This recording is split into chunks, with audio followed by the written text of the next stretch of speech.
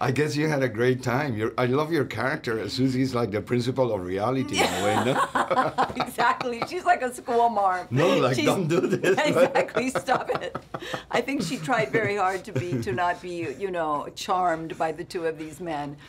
And she obviously didn't make it too far, but she went in there sort of giving it her all, and her job was on the line, and it was fun because, I mean, how can you not be charmed by these two, you know? In a comedy, I'm sure it's gratifying, right? Especially playing the straight. The straight character. Absolutely, it is. Because you seem very like you love really, really.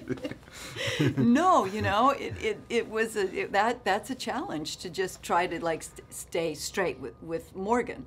I mean, he is like charming, and I have to stay completely, you know, straight with him. You need to get it together, you know. So it was fun though.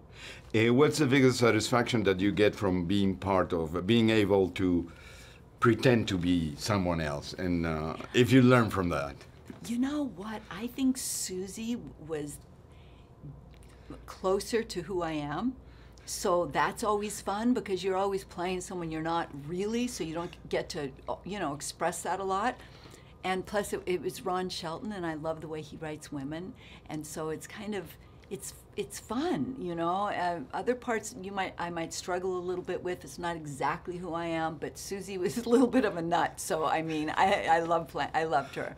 So you're a little like her. I'm bubblier than, you know, than a lot of my very, you know, tough roles. Yeah. When it comes to choosing your roles, how do you do it? By director, by cast, by? I think it's the script. You know, I think it's obviously the director and the cast too, but usually it's, well, what is the part? If it's a part that I've played before, if it's a watered down part of something that I did before, you know, it doesn't matter really who the director or actors are, if it's just not challenging. So I think that's the most important thing, you know. The film talks a little about finding happiness in what I consider an artificial environment. Right. Is that possible, or? Find happiness in an artificial environment. You know, I think it's better to live real life and find happiness within. True. Absolutely. And that's something I'm studying right now. Yeah?